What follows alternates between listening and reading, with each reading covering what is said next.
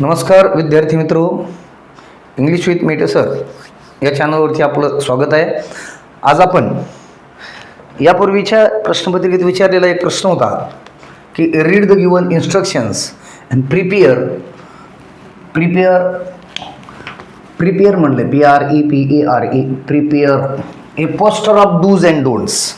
एका वाचनालयात किंवा लायब्ररीमध्ये काही नियमावली दिलेली, मी त्याच्यातले काही मुद्दे घेतलेले आहेत आणि त्या नियमावलीचा डूज अँड डोंट्स या स्वरूपामध्ये त्याचं वर्गीकरण करून त्याचं पोस्टर बनवायचं आहे असं सांगितलं. हे पोस्टर तयार करणं आपण या बाबतीत डूज अँड डोंट्स आपला मुख्य मुद्दा आहे. डूज अँड डोंट्स हे कसं करावं हे बघा, उत्तर पत्रिकेमध्ये आपण डूज अँड डोंट्स हे कसं करावं, कारण आपल्याकडे एक 5-5 वाक्य दिले जाऊ शकतात, दोन्हीसाठी 3-3 दिले जाऊ शकतात. ते दिल्याप्रमाणे फक्त यातली एक कन्सेप्ट व्यवस्थित समजून घ्यायची. डूज म्हणजे करा आणि डोंट्स म्हणजे करू नका, एवढं लक्षात घ्यायचं आणि दिलेल्या वाक्याचं फक्त वर्गीकरण करायचं. डूजची वाक्य डूजच्या याच्यामध्ये लिहायची म्हणजे काय करावं, आणि डोंट म्हणजे जे काही करू नये ते नकारदर्शक वाक्य ह्या डोंट्समध्ये लिहायचे. आता उदाहरणार्थ काय करायचं, वाक्यात काय असू शकतं, नेव्हर असू शकतो, डोंट असू शकतो, you should not, one can not do, असं नकारदर्शक शब्द आलं की ते सगळे डोंट्समध्ये गेले. आणि ज्याच्यामध्ये do this, follow this, help them असे वगैरे वगैरे येणारे जे वाक्य आहेत तर ते डूजमध्ये घ्यायचे. एवढेच साधी बाब आहे. याच्यामध्ये वेगळं वेगळी काही बाब नाही. मात्र हा मुद्दा जर व्यवस्थित समजून घेतला तर आपल्याला हे समजून येईल की हे कशा प्रकारे करावं. आता बघा या ठिकाणी काय म्हणलंय, set your mobile phone on silent mode. आता या ठिकाणी दिलेलं जे हे वाक्य इथं नकार कसलाच नाहीये, मग हे येईल या ठिकाणी.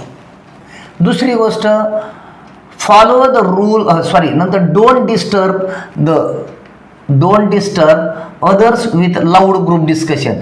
हे जे वाक्य आहे ना, हे वाक्य आलं या ठिकाणी डोंट मध्ये, कारण इथं या ठिकाणी काय आलं, डोंट आलं. आता याच्यानंतर झालं follow the rules displayed at the entrance, म्हणजे प्रवेशद्वाराजवळ दिलेली आहे नियम पाळा, त्या ठिकाणी दाखवले ते. आता हे वाक्य कुठे घ्यायची, म्हणजे याच्यातली ही 2 वाक्य इकडे आली आणि ह्याला पण पहा, हे डोंट न सुरू आहे.